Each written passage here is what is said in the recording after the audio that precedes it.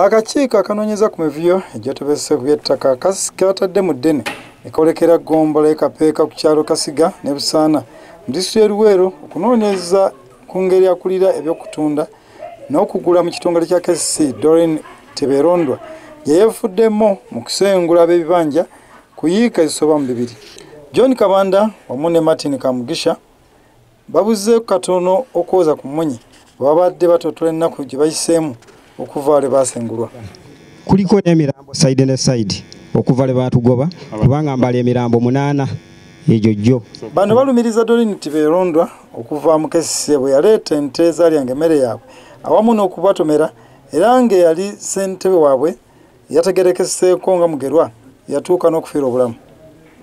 Ategeezezza akakiiko nti omwaka 2009 Teberondwa nga berekerwako yali ssentebe waabwe Ssaalongo Kamudde wamu n'omupunta yategerekeseeko nga Katabira baabakaka okussa emikono biwandiiko ebiraga nga bwe bakkiriza okutunda.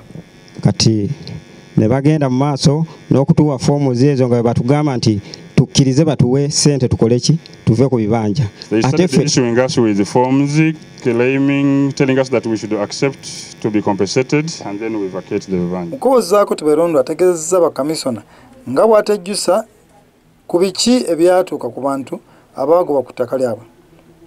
Ayongedde n'ategeeza bakakiiko ng'abantu abasinga bwe baayiriirwa ensimbi eziri eyo mu mitwalo 5 nga kati bakyaganidde ku ttaka. Tusaba nti weekube mu kifuba oziize obukambwe obukaawu n'obukyayi obugenda nga bukula mu bantu mu ggwanga buno obuyinza okuvaamu ekibi gye tujja. Thank you very much, Commissioner.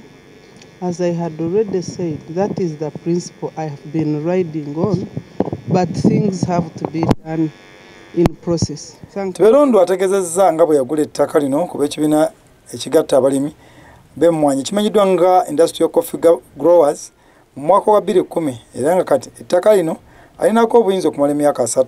Wano Commissioner Frederick Ruhindi ambuuliridde. You already see the type of neighbors you have. Can you imagine? Yes. And this is not going to stop here. Their children, your children, in this area, they will live together. You can imagine the seeds you are planting. Ate Commissioner George Bagonza amutegeezezza nti byonna byakola bya butaliimu ng'alina okwokuba mutima kuba babonyabonya nabo bannayuganda nga ye.